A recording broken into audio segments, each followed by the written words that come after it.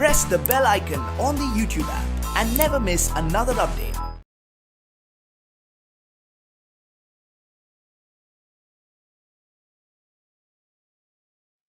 Hi, my dear students. Last class ಅಲ್ಲಿ in discussion ಮಾಡಿದ್ವಿ ನೆನಪಿದೆಯಲ್ವಾ? So last class we discussed regarding potential, gravitational potential and gravitational potential energy. Clear? So gravitational potential ಗೆ formula ಏನಿತ್ತು? V equals minus G m divided by R. Gravitational potential energy ಗೆ minus G m divided by R. ಸ್ವಲ್ಪ observe ಮಾಡಿದ್ರೆ V is inversely proportional to R. U is inversely proportional to minus R.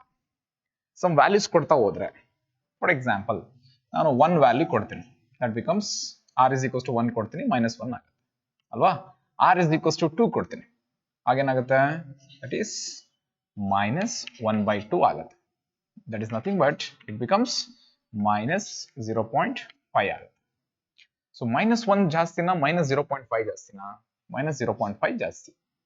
So ಅಕಸ್ಮಾತ್ 3 ಕೊಟ್ಟೆ ಅಂತ ಅನ್ಕೊಳಪ್ಪ, 3 ಕೊಟ್ಟರೆ ಏನಾಗುತ್ತೆ? Minus 1 by 3. That's value becomes minus 0.1 divide by 3 ನೋಡ್ರೆ 0.33 ಆಗುತ್ತೆ.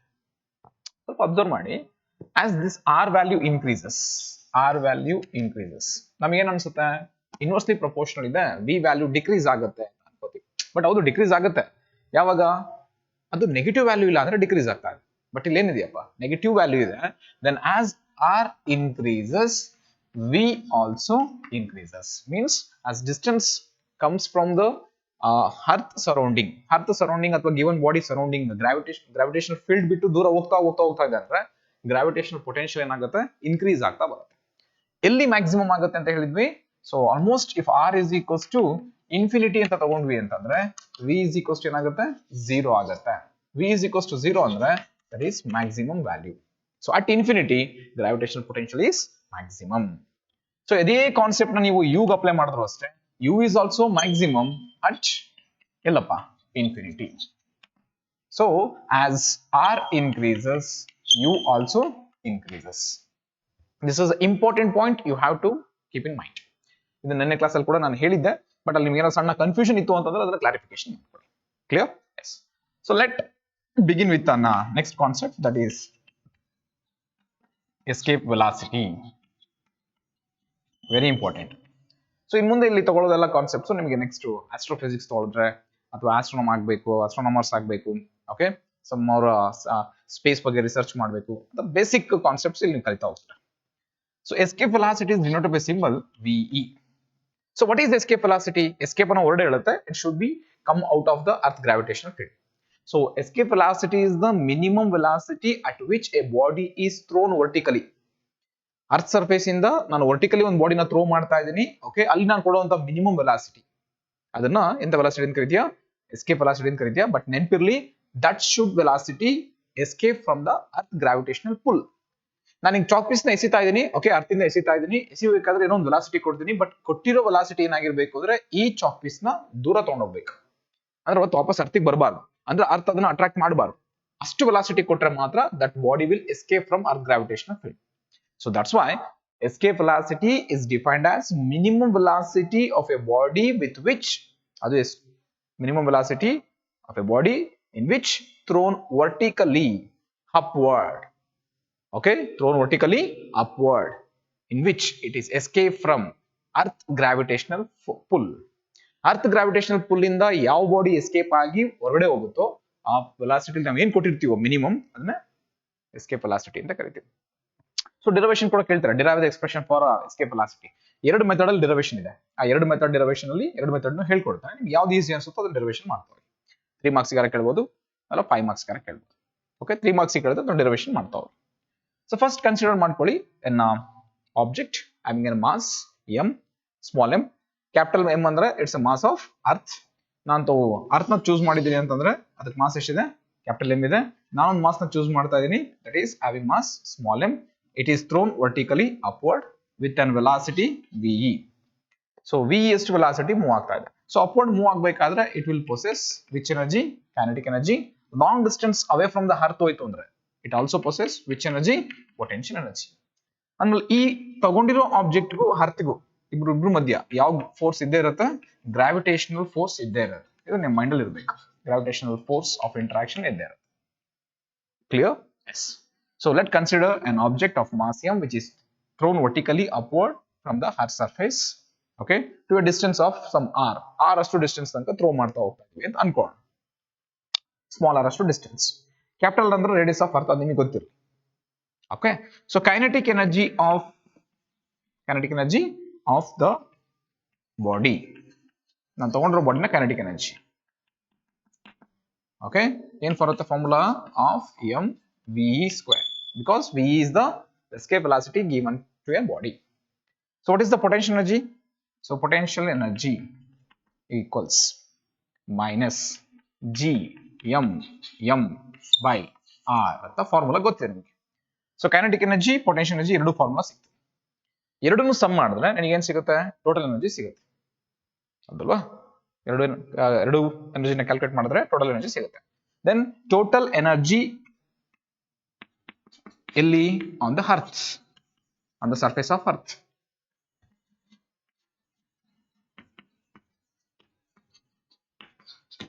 That is total energy, TE ಅಂತ ಬರೀತೀವಿ. Total energy on the earth equals kinetic energy plus potential energy. ಎರಡನ್ನೂ ಸಮ್ ಮಾಡಿ. ಸೊ ಎರಡನ್ನೂ ಸಮ್ ಮಾಡಿದ್ರೆ total energy equals kinetic energy ಏನಿದೆಯಪ್ಪ? Half M V square, okay, plus into minus G M by R. So total energy ಆಗೇ ಇರಲಿ formula. Okay, ಇದು ನಾನು equation 1 ಅಂತ ಕರ್ಕೊತೀನಿ. If I am throw an object or body with escape velocity v to the maximum extent. So maximum extent ಅಂದ್ರೆ ನಾನು ತಗೋತೀನಿ at infinity ತನಕ ಥ್ರೋ ಮಾಡಬಹುದು. So at infinity you know that kinetic energy becomes 0. After projection ಆದ್ಮೇಲೆ maximum height ಗೆ ಹೋಯ್ತು ಅಂದ್ರೆ kinetic energy 0 ಆಗುತ್ತೆ, because ಅಲ್ಲಿ velocity ಏನಾಗುತ್ತೆ? 0.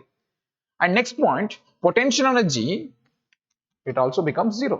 ಯಾಕಂದ್ರೆ ಹೇಳ್ಕೊಟ್ಟಿದ್ದೀನಿ, at infinity potential energy is 0. Okay, at infinity potential energy is 0 and potential also 0, gravitational potential also 0. ಎರಡು quantity 0 ಆಯ್ತು ಅಂದ್ರೆ total energy at infinity, that is kinetic energy at infinity plus potential energy at infinity. Therefore total energy that becomes 0 plus 0, that should be equals to 0. Alvapa? According to law of conservation of energy,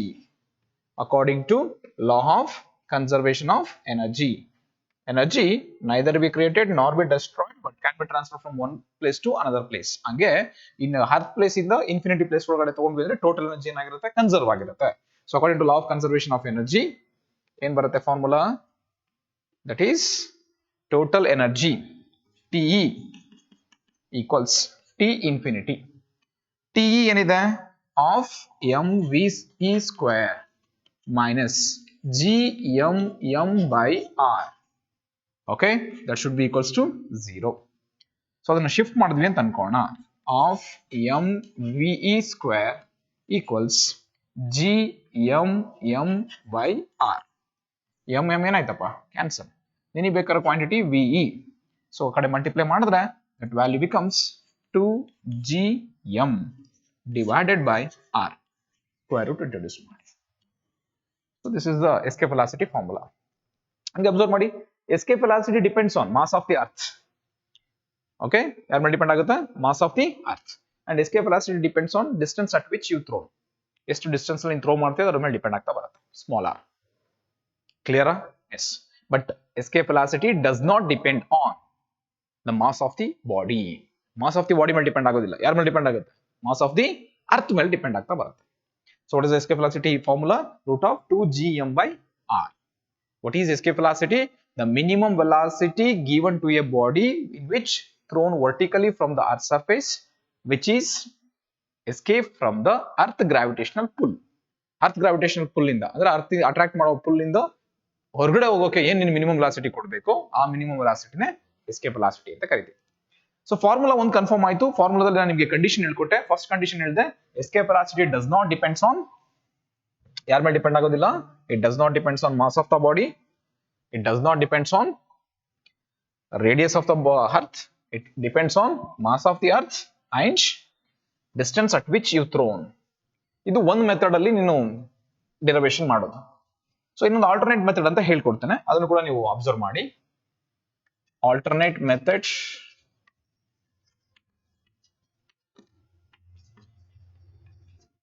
alternate method for which velocity?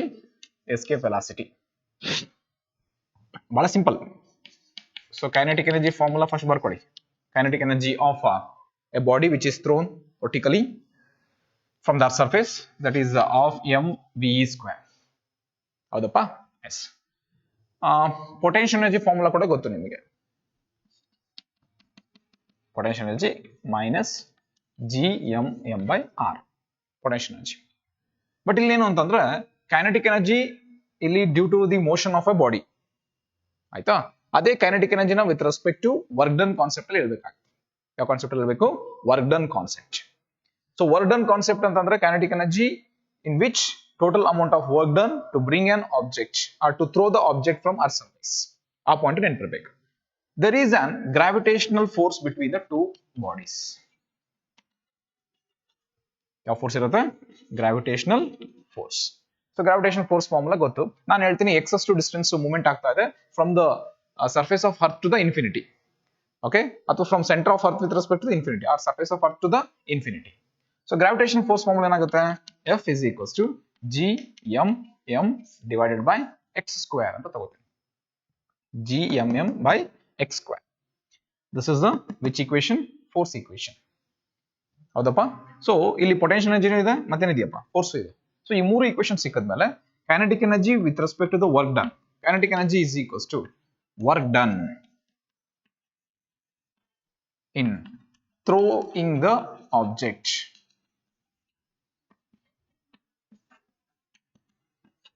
with a distance of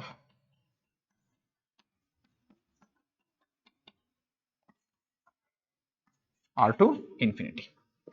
Then kinetic energy is equals to amount of work done dw. Okay, so amount of work done dw irutte. ಆ dw ಎಷ್ಟು work done ಆಗ್ತಾ ಇದೆ ಅಂದ್ರೆ you have to write that dw is equals to force into displacement dx. So dw is equals to force into displacement. ನಾನು ಬರೀತೇನೆ with respect to the position r to infinity, maximum to minimum, infinity to r. dw ಬದಲು ಏನು ಬರೀತೀಯಾ? f into dx.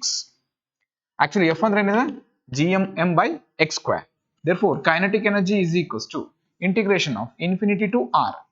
Instead of f ಏನು ಬರೆಯೋಣ? gmm/x² into ಏನು ಬರುತ್ತೆ? dx. So kinetic energy formula ಏನೊಂದು ಗೊತ್ತು ನಿಮಗೆ, ಅದನ್ನ ಆಗಿರ್ಲಿ ಕೊನೆಗೆ ಬೇಕಾದ್ರೆ ಬರ್ಕೊಳ್ಳೋಣ. Of kinetic energy quantity.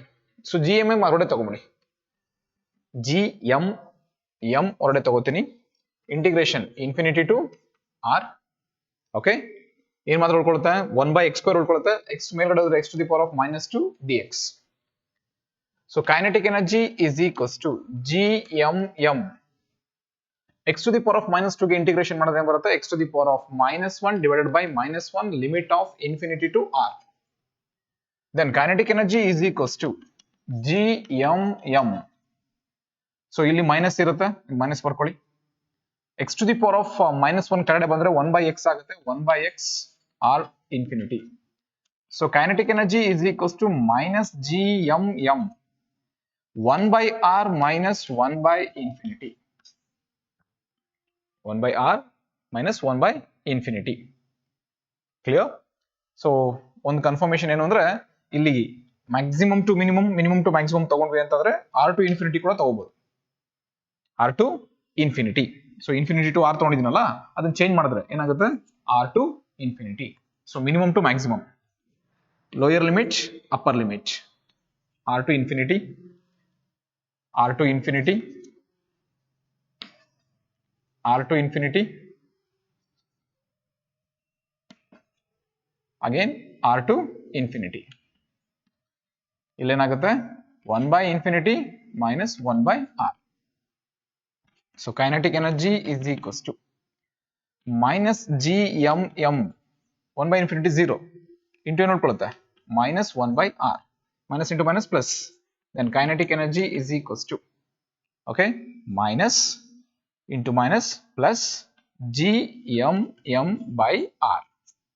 So kinetic energy formula ಏನು ಬರುತ್ತೆ? Half mVe square is equals to GMM by R. So mm ಏನಾಯ್ತು? Cancel.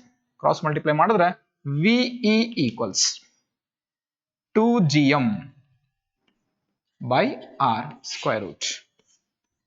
ಸೊ ಇಲ್ಲಿ ಅಬ್ಸರ್ವ್ ಮಾಡಬೇಕಾದ್ರು ಡಿಸ್ಟೆನ್ಸ್ ಅಲ್ಲಿ ಆರ್ ಇಸ್ ಈಕ್ವಲ್ಸ್ ಟು ನಾನು ಕ್ಯಾಪಿಟಲ್ ಆರ್ ಅಂತ ತಗೋತಿದ್ದೆ, ನೋ ಇಶ್ಯೂ.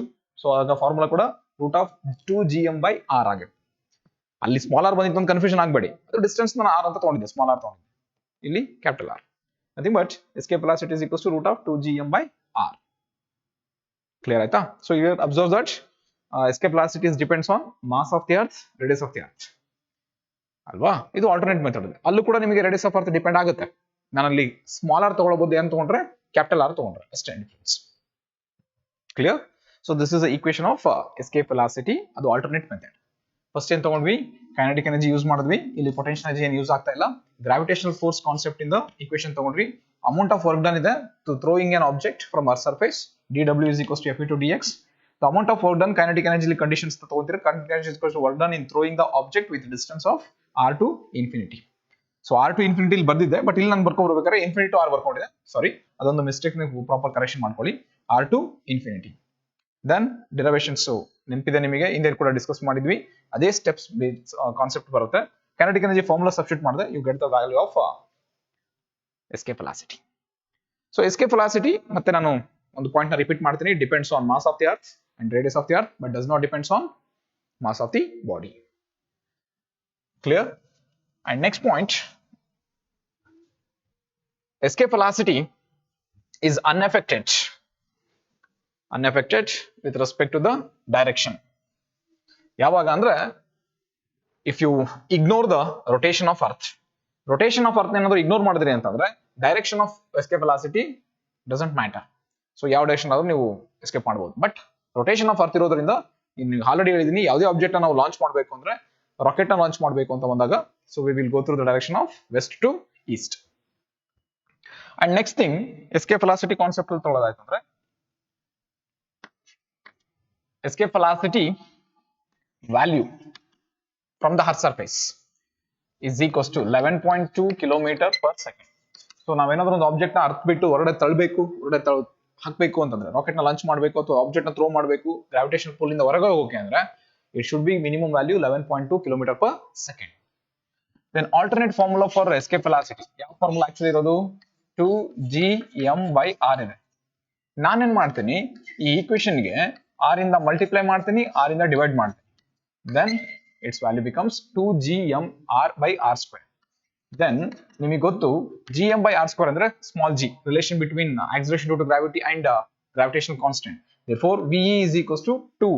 ಇಷ್ಟು ವ್ಯಾಲ್ಯೂ ಏನಾಗುತ್ತೆ? ಸ್ಮಾಲ್ g ಆಗುತ್ತೆ, g into R.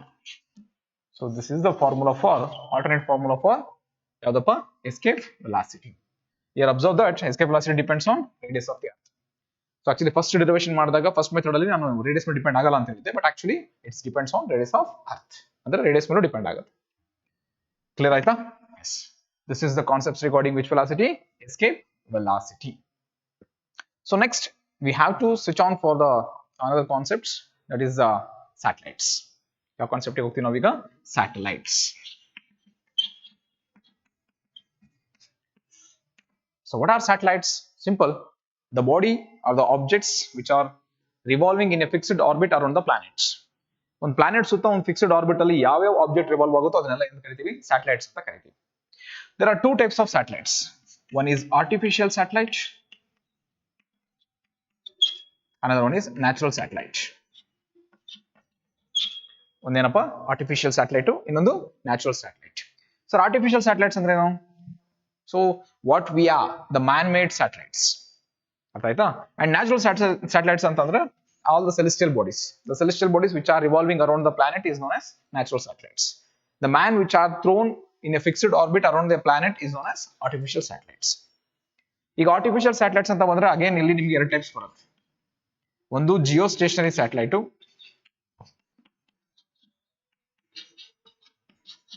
ಇನ್ನೊಂದು ಪೋಲಾರ್ ಸ್ಯಾಟಲೈಟ್ ಅಂತ ಬರುತ್ತೆ, ಅದನ್ನ ನಾವು IRS ಅಂತ ಕೂಡ ಕರಿತೀವಿ. IRS. ಓಕೆ, geostationary satellites ಇಂದ ಅಂತ ಕರ್ಕೊಂತೀವಪ್ಪ polar satellites. polar satellites. So ಒಂದೊಂದು ಕನ್ಫರ್ಮ್ ಆಯ್ತು. ದ ಸ್ಯಾಟಲೈಟ್ ಅಂತ ಕರಿಬೇಕು ಅಂದ್ರೆ it should be fixed in a orbit and it should be revolving in a fixed orbit around the planet. Then only it is said to be satellite. Okay, when that satellite is revolving in a fixed orbit around a planet, its velocity is said to be orbital velocity. ಅದನ್ನ ಎಂತ velocity ಅಂತ ಕರೀತೀರಾ? Orbital velocity. So orbital velocity is denoted by symbol VO. So I will consider with an earth. Okay, earth na consider ಮಾಡ್ಕೊತೀನಿ. This is earth and earth having a radius of capital R. Okay, in a fixed orbit, ಒಂದು orbit ಅಲ್ಲಿ ಏನ್ revolve ಆಗ್ತಿದೆ ಅಂತ ತಗೋತೀನಿ, planet revolve ಆಗ್ತಿದೆ ಅಂತ ತಗೋತೀನಿ. Okay, so for example this is a distance, sorry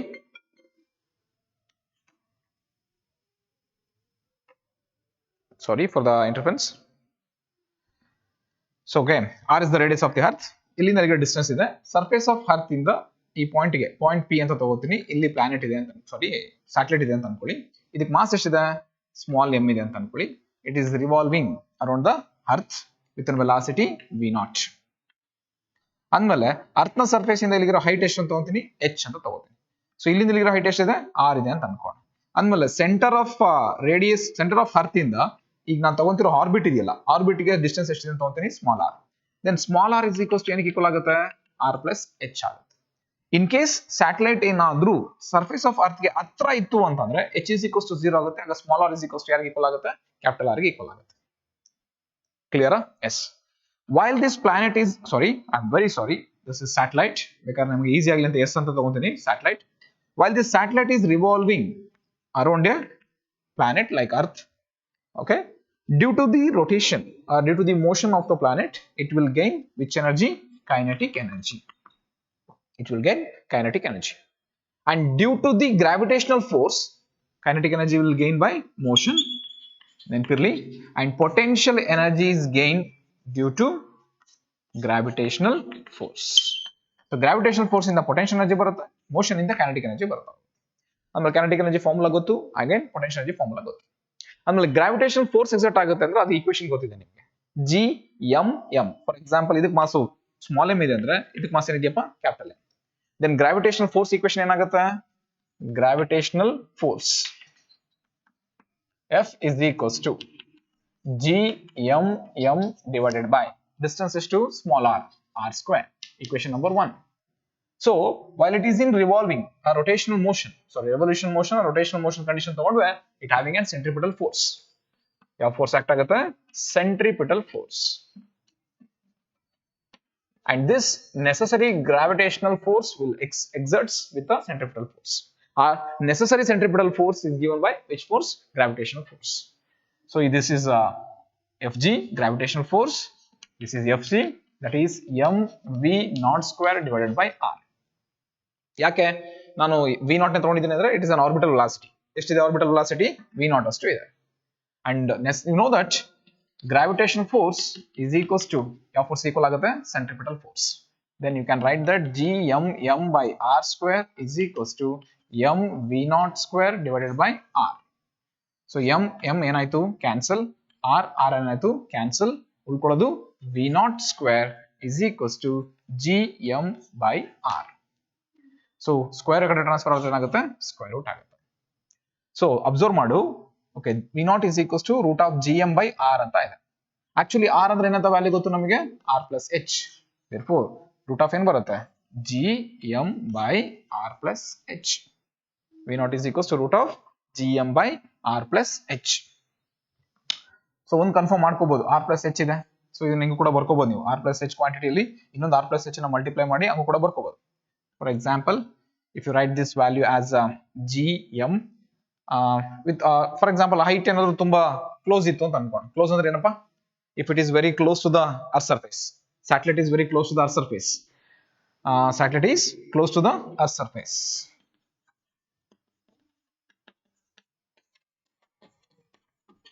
Close to earth surface. So earth surface ಗೆ ಹತ್ರ ಆಯ್ತು ಅಂದ್ರೆ h is equals to ಏನಾಗುತ್ತೆ? 0. ಫಾರ್ಮುಲಾ ಏನಾಗುತ್ತೆ? So formula v0 equals root of gm by r. Then v naught equals ಇದೆ standard formula. ಇದನ್ನ alternate formula ಹೆಂಗ್ ಬರೀಬಹುದು ಅಂದ್ರೆ root of gm by r into r. Then r into r square ಮಾಡಿ multiply ಮಾಡಿ divide ಮಾಡಿ gm by r square ಅಂದ್ರೆ ಏನಾಗುತ್ತಪ್ಪ small g into r. So escape velocity ಒಂದು ಫಾರ್ಮುಲಾ ಹೆಂಗೆ ನಾವು ಆಲ್ಟರ್ನೇಟ್ ಫೈಂಡ್ ಔಟ್ ಮಾಡಿದ್ವೋ ಅದೇ ತರ ಆರ್ಬಿಟಲ್ ವೆಲಾಸಿಟಿ ಕೂಡ ಫೈಂಡ್ ಔಟ್ ಮಾಡಿದ್ವಿ. ಒಂದು ನೆನಪಿರಲಿ, gravitational force equation, centripetal force equation ಎರಡೂ ತಗೋತಿದ್ವಿ. ಎರಡು ಕಂಡೀಷನ್ ಈಕ್ವಲ್ ಅಂತ ಗೊತ್ತು. ಓಕೆ, ಇಲ್ಲ ಈಕ್ವೇಟ್ ಮಾಡ್ಕೊಂಡ್ವಿ, ಫಾರ್ಮುಲಾ ಏನ್ ಬಂತು gm by r ಅಂತ ಬಂತು. ಬಟ್ r ಇಸ್ ಈಕ್ವಲ್ಸ್ ಏನಂತ ಗೊತ್ತಿದೆ ನಮಗೆ, r plus h ಅಂತ ಗೊತ್ತಿದೆ. ಸಬ್ಸ್ಟಿಟ್ಯೂಟ್ ಮಾಡಿದೆ. ಅಕಸ್ಮಾತ್ ಏನಾದ್ರು satellite is very close to the earth ಅಂತ, is very close to the earth, is close to the earth ಅಂದ್ರೆ h is equals to 0 ಆಯ್ತು. h is equals to 0 ಆದ್ರೆ v naught is equals to root of gm by r. Clear? So v naught is equals to gm by r ಇದೆ, ಅದಕ್ಕೆ r ಇಂದ multiply ಮಾಡ್ತೀನಿ, r ಇಂದ divide ಮಾಡ್ತೀನಿ. Then that value becomes gm by r square into r. So gm by r square ಅಂದ್ರೆ ಏನಪ್ಪ small g. Then you get the formula v naught is equals to root of gr. Okay, ಇಲ್ಲೂ observe ಮಾಡಿ, orbital velocity depends on mass of the earth and radius of the earth, but does not depends on mass of the satellite or mass of the body or any celestial body. ಇದ್ರ ಮೇಲೆ ಮಾತ್ರ depend ಆಗುತ್ತೆ. So you can write the relation between orbital velocity and escape velocity. ಎರಡನ್ನೂ ಕೂಡ ಬರೀಬಹುದು. So what is the escape velocity formula? Escape velocity ಏನು ಬರುತ್ತಪ್ಪ, VE is equals to relation between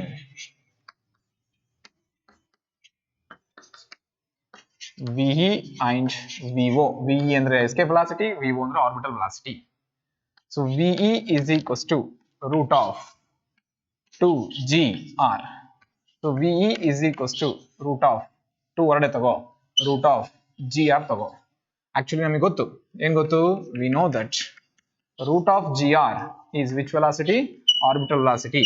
Therefore VE is equals to root 2 v naught. That is escape velocity is equals to root 2 times of which velocity? Orbital velocity.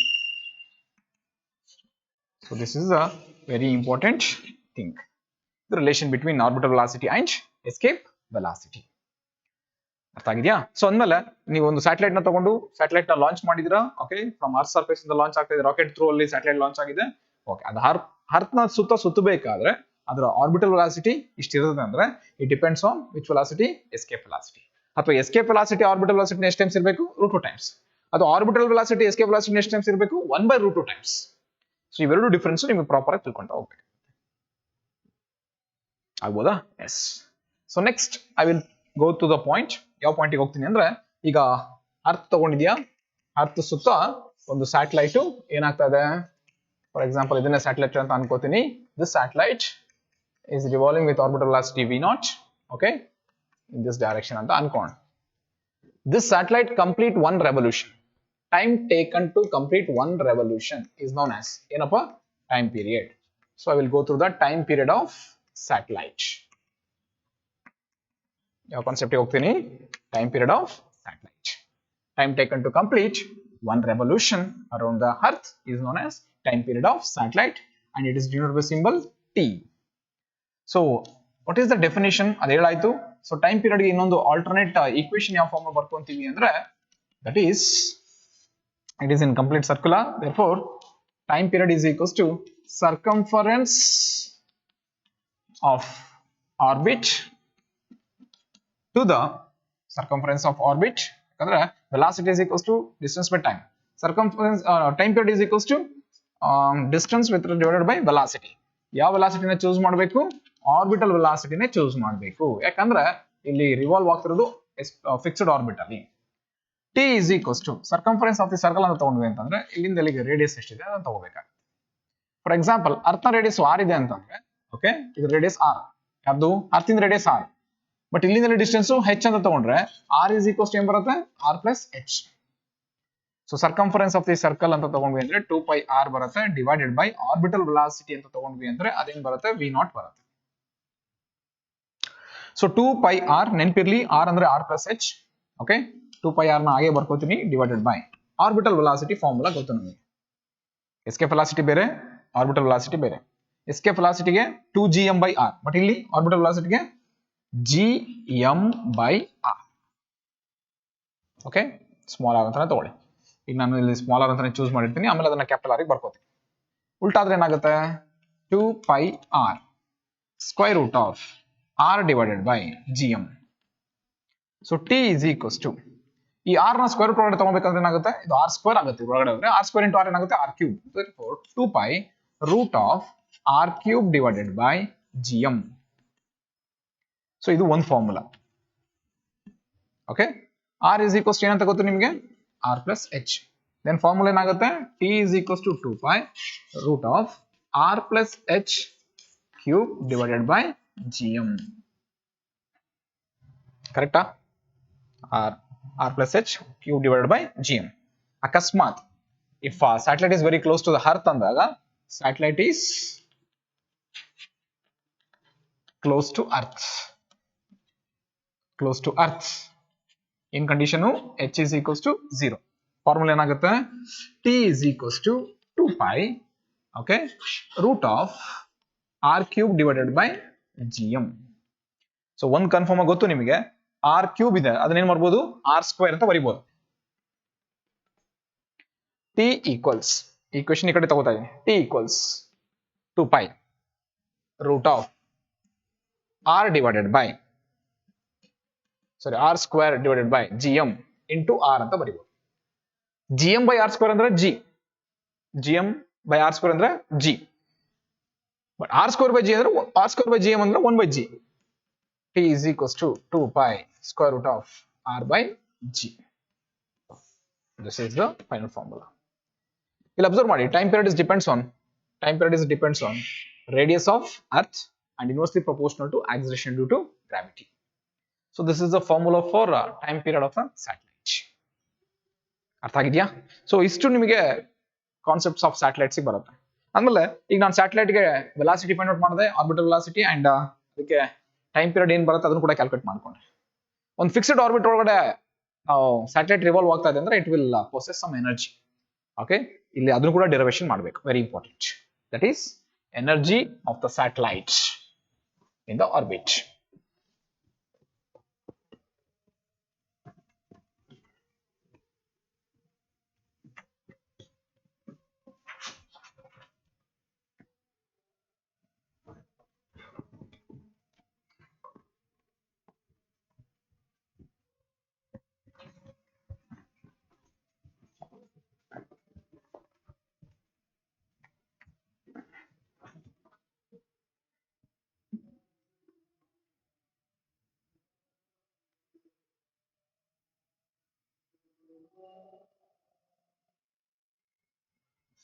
So next important and last derivation of today's class, that is energy of satellite. Very simple. While the satellite is revolving around the earth, it possesses both kinetic energy and potential energy. So first I will choose with which energy, kinetic energy. So in formula of v naught square, v naught ಯಾಕೆ ತಗೊಂತಾ ಇದೀವಿ, it's revolving in a particular orbit, that is that is the orbital velocity, that's why of m v naught square. So what is the potential energy formula, minus gmm divided by distance. ನೀವು ಬೇಕಾದ್ರೆ r ಅಂತ ತಗೊಳ್ಳಿ, small r ಅಂತ ತಗೊಳ್ಳಿ, ತೊಂದರೆ ಇಲ್ಲ. Okay, so with respect to the ಬೇಕಾದ್ರೆ distance ನ ನೀವು ಕ್ಯಾಪಿಟಲ್ r ಅಂತ ತಗೋಬಹುದು, ದಟ್ ಇಸ್ ರೇಡಿಯಸ್ ಅಂತ ಕೂಡ ತಗೋಬಹುದು, ತಪ್ಪೇನಿಲ್ಲ. ಬಟ್ ಇಲ್ಲ ನಾನು ಏನ್ ಮಾಡ್ತೀನಿ ಅಂತಂದ್ರೆ ವಿತ್ ಡಿಸ್ಟೆನ್ಸ್ ಸ್ಮಾಲ್ r ನೇ ಚೂಸ್ ಮಾಡ್ತೀನಿ. r is equals to ಗೊತ್ತು ನಿಮಗೆ, r plus h ಅಲ್ವಪ್ಪ. ಓಕೆ, ಕೈನೆಟಿಕ್ ಎನರ್ಜಿ ಮತ್ತೆ potential energy. Total energy formula ಏನಾಗುತ್ತೆ, kinetic energy plus potential energy. So consider a planet, of mass. Okay, consider a planet of mass capital M and consider a satellite of mass small m, which is revolving around the Earth with a distance of small r, which possesses kinetic energy and also potential energy. Kinetic energy due to its motion, and potential energy is due to which force? Gravitational force. So total energy is equals to of m v naught square minus g m by r. This is equation again, equation number 1. And we know that gravitational force equation,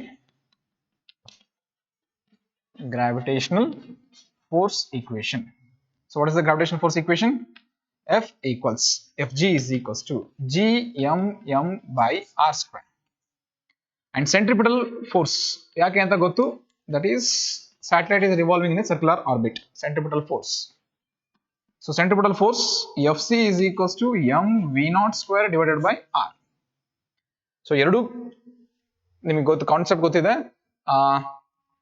Necessary centripetal force is given by gravitational force. Then Fg is equals to ಏನಾಗುತ್ತೆ, Fc ಆಗುತ್ತೆ. Fg gmm by r square is equals to mv0 square divided by r. So r ಏನಾಯ್ತು, cancel. ಇಲ್ಲಿ m ನ cancel ಮಾಡಲ್ಲ, ಯಾಕೆ ಅಂತ ಹೇಳ್ತೀನಿ. mv0 square is equals to gmm ಆಗುತ್ತೆ. So mv0 square equals to gmm ಆಗುತ್ತೆ ಅಲ್ವಾ. ಈ r ನ ಈ ಕಡೆ ಮಲ್ಟಿಪ್ಲೈ ಮಾಡಬೇಕು, ದಟ್ ಈಸ್ r ಆಗುತ್ತೆ. r ಈ ಕಡೆ ಮಲ್ಟಿಪ್ಲೈ ಮಾಡಕ್ ಬರಲ್ಲ. gmm by r. gmm by r ಯಾವ value, mv0 square value. So actually ನಮ್ಗೆ ಒಂದು ಫಾರ್ಮುಲಾ ಇದೆ ಅಲ್ಲಿ, kinetic energy formula, sorry total energy formula ಇದೆ, half mv0 square minus gmm by r ಅಂತ ಇದೆ ಅಲ್ವಪ್ಪ. So at infinity, maximum level of at ಇನ್ಫಿನಿಟಿಗೆ ಹೋಗಿದ ತಕ್ಷಣ ಅದು ವ್ಯಾಲ್ಯೂ ಏನಾಗುತ್ತೆ, ಇಟ್ ಬಿಕಮ್ಸ್ 0 ಆಗುತ್ತೆ. ಹೌದಲ್ವಾ? Yes. That's for total energy at infinity is 0 ಅಂತ ನಿಮಗೆ ಗೊತ್ತು. Because kinetic energy at infinity is 0 and potential energy at infinity is also 0. So total energy at infinity is equals to 0 and total energy on the earth surface and total energy at infinity. Then formula ತಗೊಂಡ್ವಿ ಅಂತ ಏನು ಬರುತ್ತೆ, of m v0 square minus gmm by r is equals to 0. Minus ಎಕಡೆ ಹೋದ್ರೆ ಏನಾಗುತ್ತೆ, plus of m v0 square is equals to gmm by r. ಹೌದನಪ್ಪ, gmm by r ಕರೆಕ್ಟಾ? Okay. So gmm by r ಇದೆ, ಅದನ್ನ substitute ಮಾಡ್ಬೋದು, ಬೇಕಾದ್ರೆ of mv0 square ಅದನ್ನು ಕೂಡ ಸಬ್ಸ್ಟಿಟ್ಯೂಟ್ ಮಾಡ್ಬೋದು. ಇದು ಈ ಸ್ಟೆಪ್ ಅಲ್ಲಿ ಕೂಡ ಸಾಲ್ವ್ ಮಾಡ್ಬೋದು, ಬಟ್ ಇದಕ್ಕೆ ಆಲ್ಟರ್ನೇಟ್ ಒಂದು ಮೆಥಡ್ ಇದೆ, ಅದೊಂದು ಸ್ವಲ್ಪ ನಿಮಗೆ ಹೇಳ್ತೇನೆ.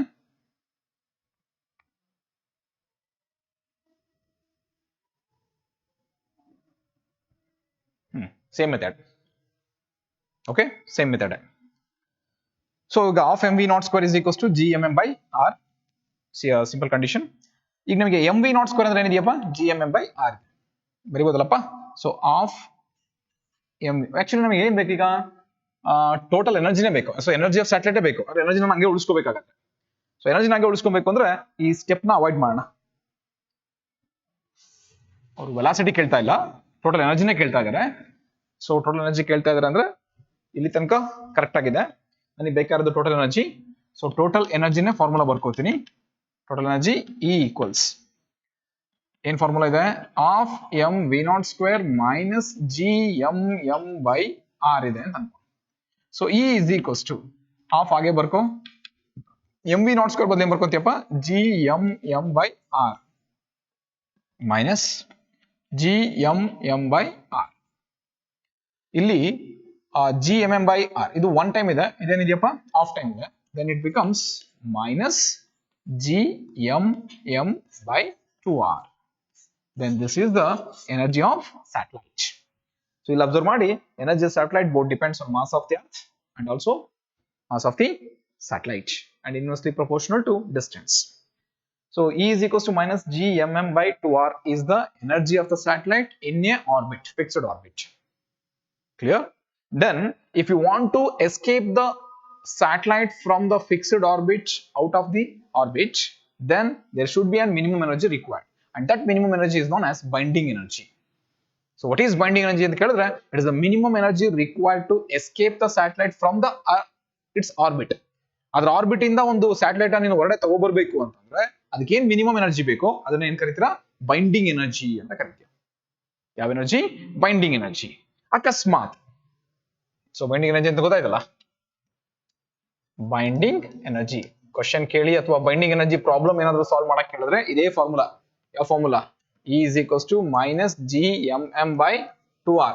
ಬಟ್ ಬೈಂಡಿಂಗ್ ಎನರ್ಜಿ ಅಂತಂದ್ರೆ you should give opposite this energy, ಅಂದ್ರೆ ಅದು ಪ್ಲಸ್ ಆಗುತ್ತೆ. ಓಕೆ, ನೆಕ್ಸ್ಟ್ ನಾನು ಹೇಳ್ತಾ ಇದ್ದೀನಿ, ಇನ್ ಕೇಸ್ ನೀವು ತಗೊಂಡಿರೋ ಅರ್ಥನ ಸುತ್ತ ತಗೊಂಡಿರೋ ಪ್ಲಾನೆಟ್ ಇದೆಯಲ್ಲ, ಎಲಿಪ್ಟಿಕಲ್ ಪಾತ್ ಅಲ್ಲಿ ಏನಾದ್ರು ಹೋಯ್ತು ಅಂತಂದ್ರೆ you have to go through the semi major axis. Semi major axis ಯಾವ ತಗೊಂತೀಯಾ, ಎ ತಗೋತೀಯ. ಆದ್ಮೇಲೆ ಆರ್ ಇಸ್ ಈಕ್ವಲ್ಸ್ ಏನಕ್ಕೆ ಈಕ್ವಲ್ ಆಗುತ್ತೆ, ಎ ಈಕ್ವಲ್ ಆಗುತ್ತೆ. Then what is the formula of energy, E is equals to minus G M M divided by 2a. ಯಾವಾಗ ಈ formula, when the satellite is revolving around the earth in which path, elliptical path. Elliptical path ಅಲ್ಲಿ revolve ಆಯ್ತು ಅಂದ್ರೆ formula E is equals to minus GMM by 2a. So this is the equation of energy of satellite. ಏನ್ equation ಬರುತ್ತೆ, E is equals to minus GMM by 2r. Next binding energy concept ಅಂದ್ರೆ ಗೊತ್ತಾಯ್ತು, minimum energy required to escape the satellite from the orbit is known as binding energy. ಅದು positive ಇರುತ್ತೆ. Actually ಇದು total ಎನರ್ಜಿಗೆ opposite ಆಗಿ ನಾವು binding energy ಕೊಡಬೇಕಾಗುತ್ತೆ. ಅಂದ್ರೆ ಎಷ್ಟು ಎನರ್ಜಿ ಅದು ರಿವಾಲ್ವ್ ಆಗ್ತಾ ಇದೆಯೋ ಅದಕ್ಕಿಂತ ಅಷ್ಟೇ equal amount of opposite direction ನಾವು ಎನರ್ಜಿ ಕೊಟ್ವಿ ಅಂತಂದ್ರೆ it will escape from the orbit. So in case satellite is revolving in an elliptical path, this is the equation. Semi major axis ತಗೊಂತೀಯ, R is equals to A ಆಗುತ್ತೆ. Then substitute that value. So ಇದು ಇವತ್ತಿನ ಕ್ಲಾಸಲ್ಲಿ ನಾವು discussion ಮಾಡುವಂತ concepts. First ನಾವು discuss ಮಾಡಿದ್ವಿ variation of gravitational potential and gravitational potential energy with distance, how it varies. As distance increases, potential also increases because negative value variation. Okay, then we starts with an escape velocity. Ad definition kaltkondvi, escape velocity na derivation kaltkondvi. ಎರಡು method ಇದೆ, ಒಂದು alternate method ಕೂಡ ಹೇಳ್ಕೊಟ್ಟಿದ್ದೀನಿ. And next thing we will switch into the satellites. When you go through the satellites, you must know that the bodies which are revolving around the planets in a fixed orbit is known as satellites. How many types of satellites are there? Two types. One is the natural satellite, another one is artificial satellite. Moon is on natural satellite. ನಾವು send ಮಾಡಿರುವಂತ man made satellites ಏನ್ ನಾವು send ಮಾಡಿದ್ವಿ ಅವೆಲ್ಲ artificial satellites. Celestial bodies ಎಲ್ಲದೂ ಕೂಡ ಏನಾಗಿರುತ್ತೆ, natural satellites ಆಗಿರುತ್ತೆ. In this satellites there are two types, natural, artificial. Okay, artificially ಬಂದ ಮತ್ತೆ ಟೂ ಟೈಪ್ಸ್. ಯಾವ್ದು ಕರಿತೀವಿ, ಜಿಯೋ ಸ್ಟೇಷನರಿ ಸ್ಯಾಟಲೈಟ್ಸ್, ಇನ್ನೊಂದು ಪೋಲಾರ್ ಸ್ಯಾಟಲೈಟ್ಸ್ ಆರ್ IRS ಅಂತ ಕೂಡ ಕರಿತಾ ಹೋಗ್ತೀವಿ. Clear? Then when you go to the velocity of the satellites in an fixed orbit, and that is known as orbital velocity, V0. Alwa, the velocity at which a satellite which is revolving around the planet is known as orbital velocity. Other equation kuda derivation ಮಾಡ್ತೀವಿ, V0. Next, relation between escape velocity and orbital velocity kuda condition ನೋಡ್ಕೊಂಡ್ವಿ. Then we go through the time period of a satellite around the planet. Then we enter into the energy of the satellite. So ಇವತ್ತು ಏನು derivation ಮಾಡೋದು ಅದನ್ನ perfect ಆದ್ರಿ ಅಂತಂದ್ರೆ ಅದ್ರ ಮೇಲೆ ಅದರ ಒಂದು ಕಂಡೀಷನ್ಸ್ ಪ್ರಾಬ್ಲಮ್ಸ್ ಬರ್ತಾ ಹೋಗುತ್ತೆ. ಸೊ ನೆಕ್ಸ್ಟ್ ಕ್ಲಾಸ್ ಅಲ್ಲಿ ನಾವು ಏನು ಡಿಸ್ಕಸ್ ಮಾಡೋಣ ಅಂತಂದ್ರೆ principle of launching of a satellite. ಅಂದ್ರೆ ನೆಕ್ಸ್ಟ್ ಕ್ಲಾಸ್ ಅಲ್ಲಿ ಕಂಪ್ಲೀಟ್ಲಿ ಸ್ಯಾಟಲೈಟ್ ನ ಹೆಂಗೆ ಲಾಂಚ್ ಮಾಡ್ತೀವಿ ಅಂಡ್ ಸ್ಯಾಟಲೈಟ್ ನ ಇಂಪಾರ್ಟೆನ್ಸ್ ಏನು, ಅಪ್ಲಿಕೇಶನ್ಸ್ ಏನು, ಯಾವ ಟೈಪ್ಸ್ ಆಫ್ ಸ್ಯಾಟಲೈಟ್ಸ್, ಎಷ್ಟು ಆಂಗಲ್ ಅಲ್ಲಿ, ಎಷ್ಟು ಆಂಗಲ್ ವೆಲಾಸಿಟಿಲಿ ಯಾವ ರೀತಿ ರಿವಾಲ್ವ್ ಆಗುತ್ತೆ, ಅದರ ನೆಕ್ಸ್ಟ್ ಫ್ಯೂಚರ್ ಅಪ್ಲಿಕೇಶನ್ಸ್ ಏನು, ಓಕೆ, ಅದೆಲ್ಲ ಕೂಡ ಡಿಸ್ಕಸ್ ಮಾಡ್ತಾ ಹೋಗೋಣ. ಆಗ್ಬೋದಾ? ಸೊ ಇವತ್ತಿಂದು ಕ್ಲಾಸ್ ಅರ್ಥ ಆಗಿದೆಯಾ? ಡೆರಿವೇಷನ್ಸೇ ಬಂದಿದೆ ಇವತ್ತು ಮ್ಯಾಕ್ಸಿಮಮ್. ಸೊ ಮಿನಿಮಮ್ ಟೈಮಿಂಗ್ ಒಳಗಡೆ ನಾವು ಮ್ಯಾಕ್ಸಿಮಮ್ ಡೆರಿವೇಷನ್ಸ್ ಕೂಡ ಪ್ರಾಕ್ಟೀಸ್ ಮಾಡ್ಕೊಂಡಿದೀವಿ. ಸೊ ಅದನ್ನ ಪರ್ಫೆಕ್ಟ್ ಆಗಿ ವರ್ಕ್ ಮಾಡ್ಕೊಂಡ್ರೆ ಯೂಸ್ಫುಲ್ ಆಗ್ತಾ ಬರುತ್ತೆ. So we can meet in the next class. Thank you.